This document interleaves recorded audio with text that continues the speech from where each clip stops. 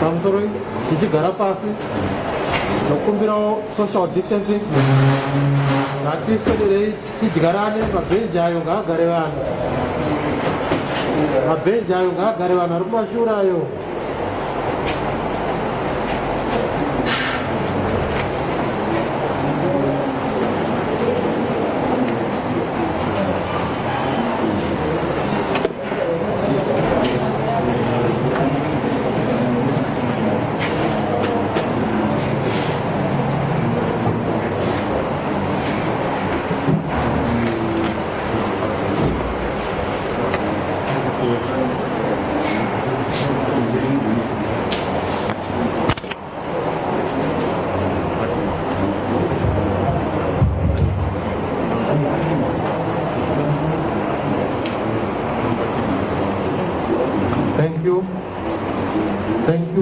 Thank you.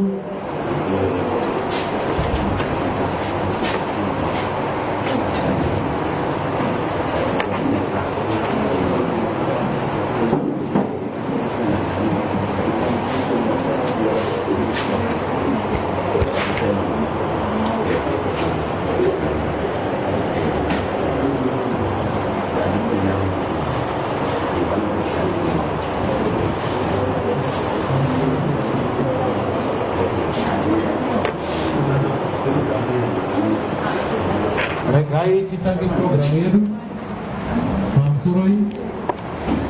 Tamsuroi, regai kita ke program itu, regai di tangga ni punya ketera, kinamati, mustara baba ni mana komana, namu yang cene, baba tunukutendai, maskati ano, tasanga na panjimboye Davs. Chatisanganisa chitiko chinozikamwa kuti chinosanganikwa nacho pasi pezuva. Hama pakati pedu George Shaya yadzoka kumusha. Tine mhuri yakaremerwa pano, tine hama dzakaremerwa pano, tine madzisawiri akaremerwa pano, tine nyika yakatarisira yakaremerwa pano. Baba, panguva dzino tinodana mweya munyaradzi anyaradze mhuri idzi, anyaradze nyika yose yeZimbabwe. Basa ratatarisana naro, tarisa maoko matsvene enyu, chivai mubatsiri wedu kubva iye zvino kusvika basa rose iri richizondopenderwa muzuva ramangwana. Muri mubatsiri wedu, mbiri nerumbidzo topa muzita raJesu Kristu nekuti makatinakira. Ndanamata muzita raBaba neMwanakomana naMweya Mutsvene. Amen. Aiwa, tinotenda Mwari zvikuru. Ndinoziva chatiunganidza pano hachijairiki. Chatiunganidza pano murau waMwari, rufu murau waMwari. Regai nditi kumhuri yekwashaya inova ndo yakatakura mutoro unorema kudai nedzinoparadza hama dzavo. Vanashaya ndivana soko ava, vana soko vari vana sekuru vangu ini.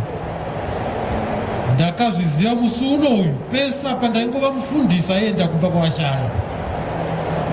Pandakazozvitsvaka ndakatoona kuti inga ndivana sekuru vangu vana Chirenje. Ndaivaziva nekuti Chirenje zvikuru. Zvino Chirenje uyu akaita rombo rakanaka rekuwana mudzimai akanakawo kwazvo vanova ndo vamagumbo.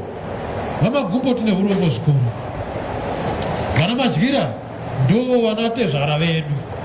Vana Madyira muri pano, Mwari vakunyaradzei, Mwari vakusimbisei. Maisha tinemi all the way. Munozviziva imi. Chikomana chedu Stanley, Mwari vakunyaradzei, Mwari vakusimbisei. Pakati pedu ndinoziva tine hama neshamwari dzakawanda. Asi regai ndingoti vandadoma ivava. Mwari vatiitire zvakanaka, Mwari varambe vachitinyaradza. Doves is also represented. I see Mr. Innocent Chuma, the group PR manager of Doves, vari pano. Mr. Chuma wevai muruoko muri pamuri papo.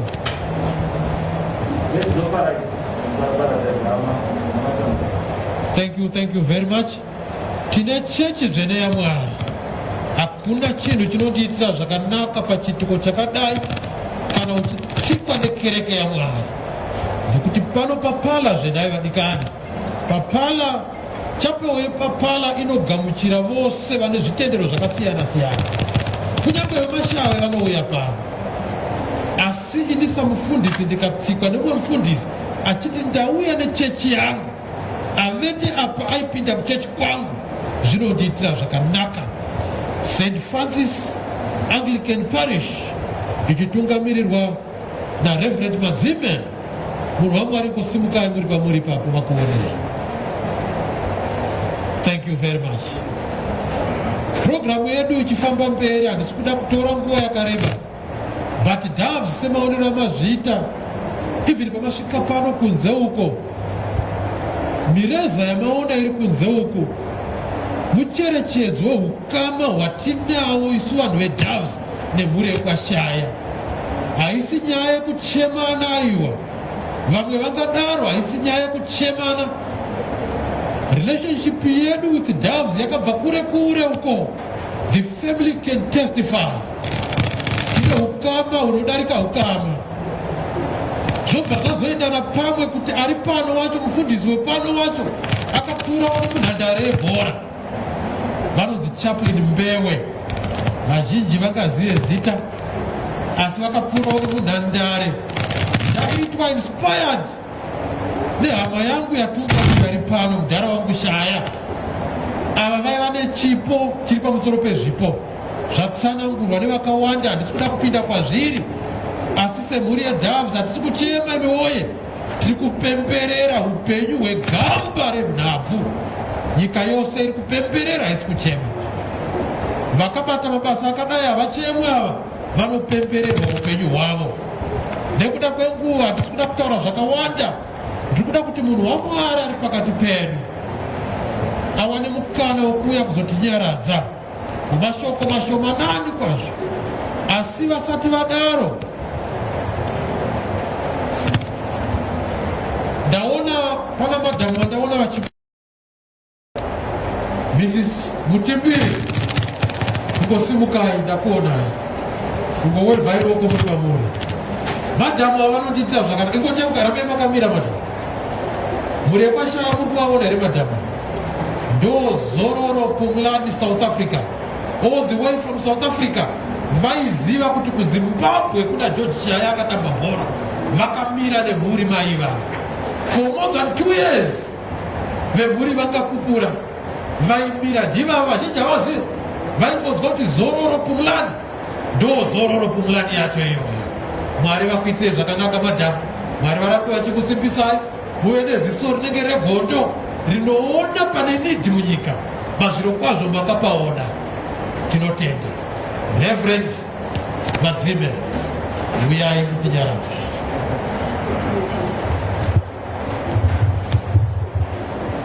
Zvita regaiwo titore mukana uno takamirira Church yeAnglican Mudhemara havane shamwari dzose tine urombo kwamuri maishaya munguva yakaomarara yakadai tichiziva ukama hunanga muinawo naMudharashaya wataiona mazuva ese patai kushanyirai nezvakasiyana siyana.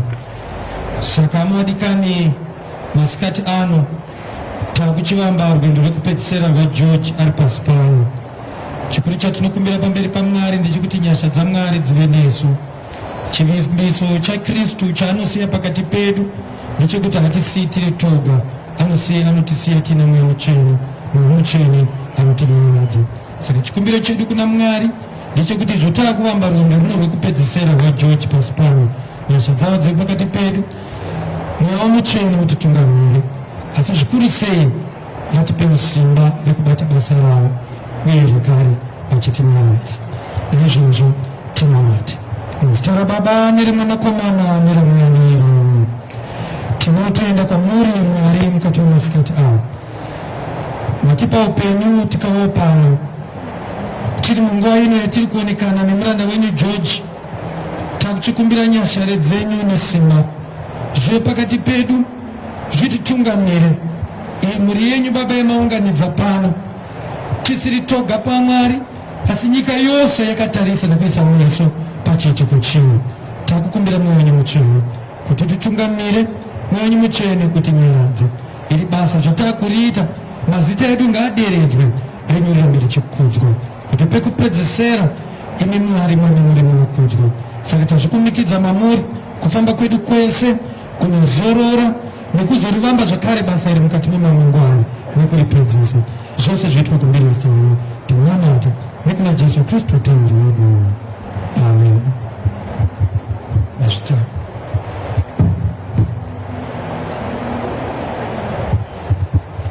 tinotenda munhu waMwari nemashoko akanaka kudai.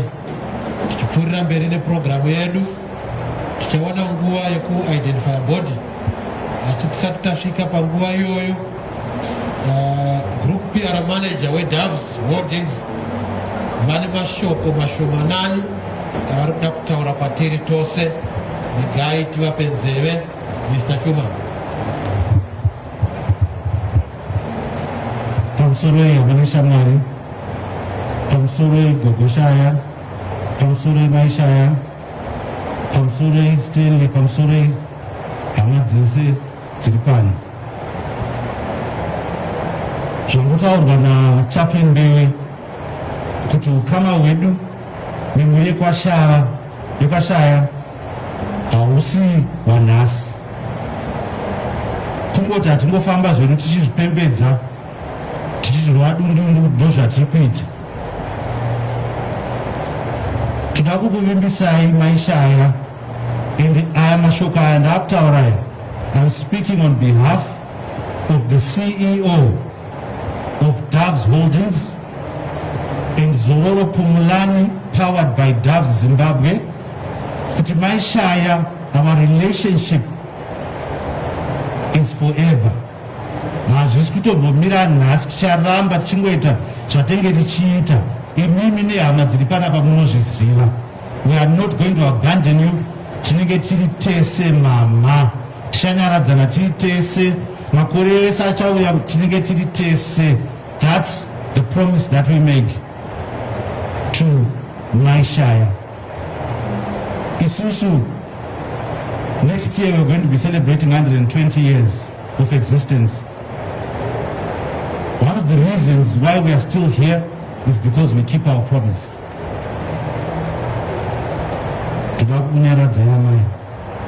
And for me, just like Mimi Chaplain Mbewe, Manti Miri from South Africa, Sandra and a few others, Panupa Doves, Alandamai,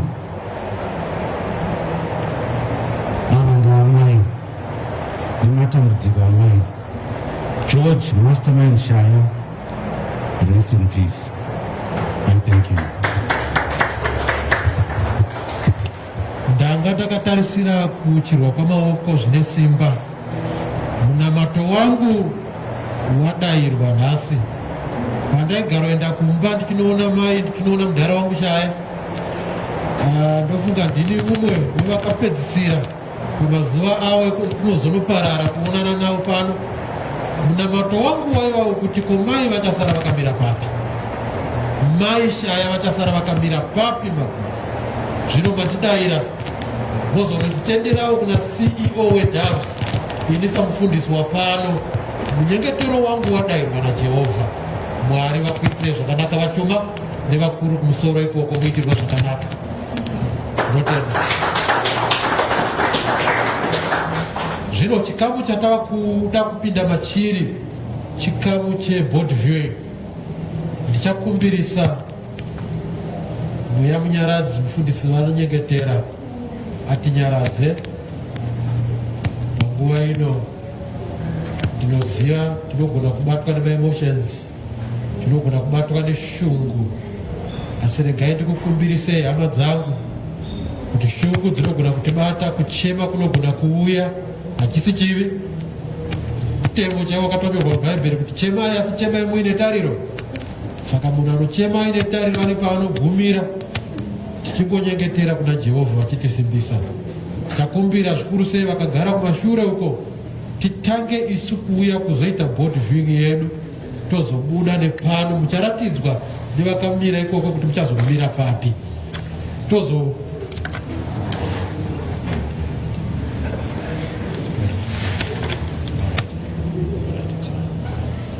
Tozopedzisira nemhuri yepedyo yavashaya, zvikuru sei mai Shaya, mwana vari pedyo nagogo ava, vovasiya vari muno, vamwe vamuchabuda ngavarambe vakagara pasi.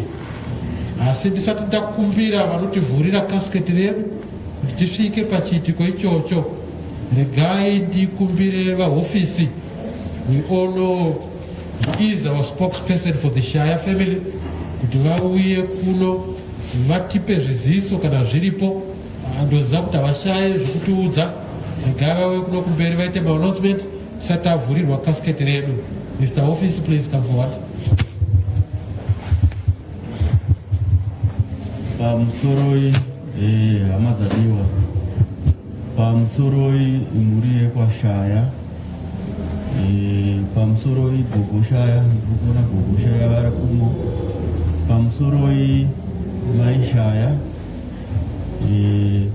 pamusoroi madzitedzaro angu vana Shaya ndikuvaona vari muno, pamusoroi vana sekuru vana Madyira ndambovaona vari muno.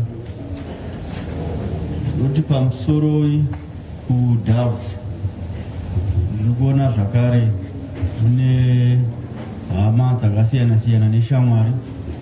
Noti pamusoroi zvakare kune vemedia tiri tese kubva mandi, tiri kubata basa pamwe chete.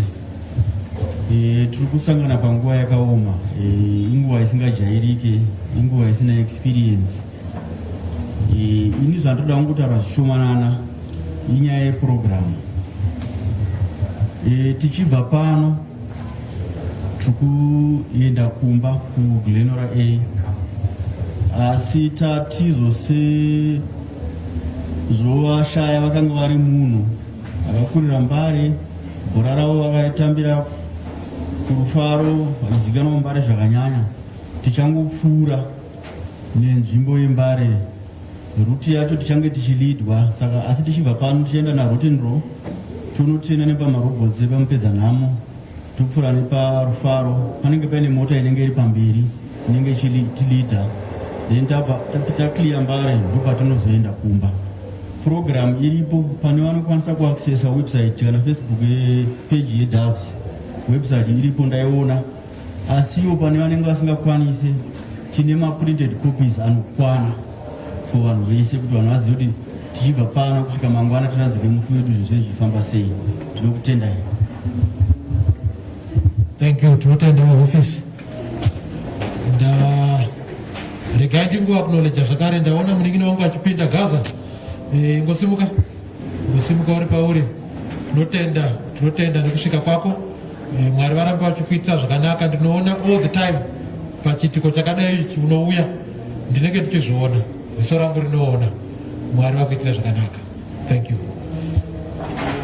Right. ndichakumbira macameras ndichakumbirisawo patiri kuvhura casket ndinokumbirisa macameras apa haasi kudiwa saka ndichakumbira nekuti makawandisa dai manga muri vashoma ndaikumbira kuti muuye kuzomira kunoko but ndiri kuona nhamba yenyu ndichakukumbirai kuti kana zvichiita mutimirire henyu apa.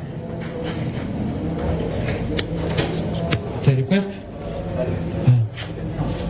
Uya kunoko uyai muite line pana kunoko makatarisa uko hatisi kuda makamera uko, makamera ese ngauye kuno kwandiri kuno.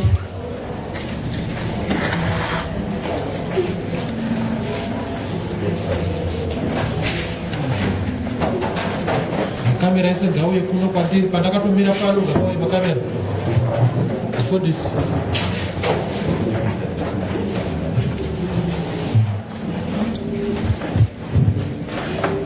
Why ndatimirai uku hatisi kuda kuti macameras atarise bhodhi, saka chikumbiro chandaita kwamuri regai ndikumbire muchivhurirewo casket Mr. King.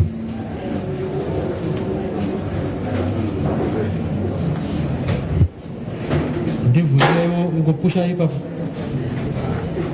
mongoita wei ndopachabuda navanhu. Ndonza shoma ndonza shoma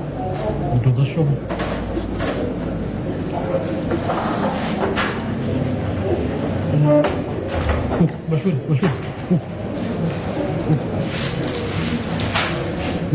ndoda kuti vanhu vakwanise kufamba apa. Ya zvamuita izvozvo ndizvozvo. Thank you. Zvatoita.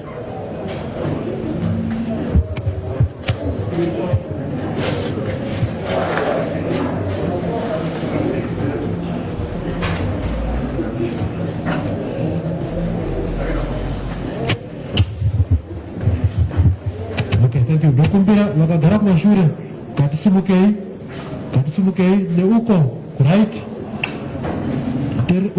uko touya kune kagepi karipo nepano tichiona nepandakamira pano pakamira Mr. Chuma ndopatiri kubuda napo. Ngatifambei.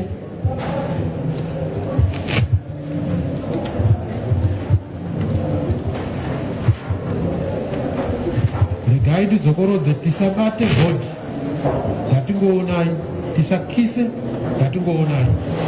Weya henyu.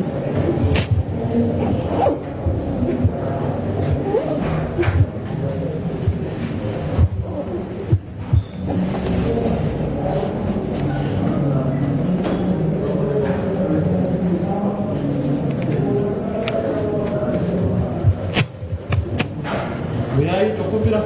Ngatifambei, tozoita hurukuro panze. Ngatifambei. Mana Gaza. Weyai. Mwafu. Welcome mauya program ya pa chinano chiri pamusoro. Tinokugamuchirai. Ingoyai nebaba, it's okay. Weyai.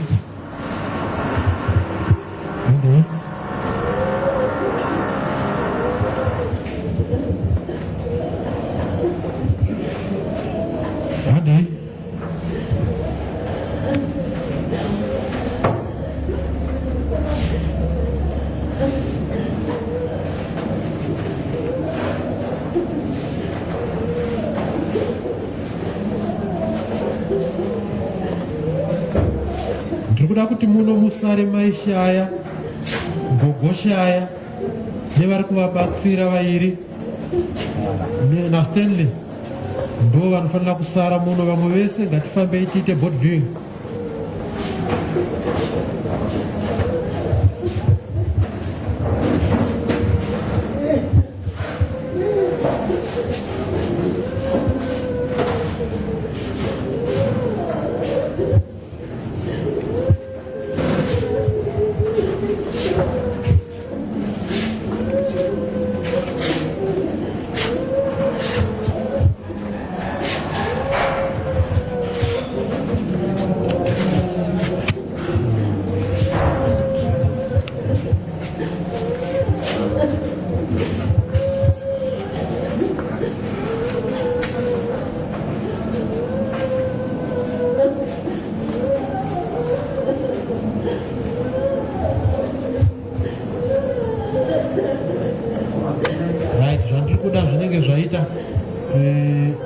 cameras.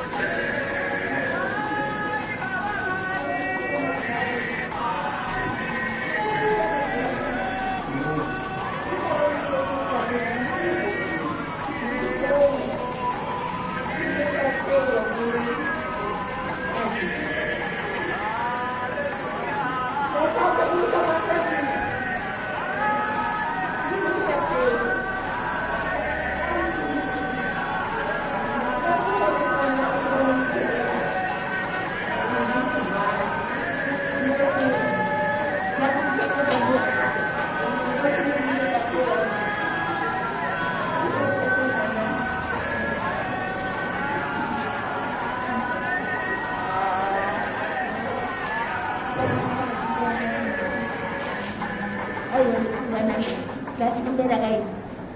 Bana wangu bwana mtendea.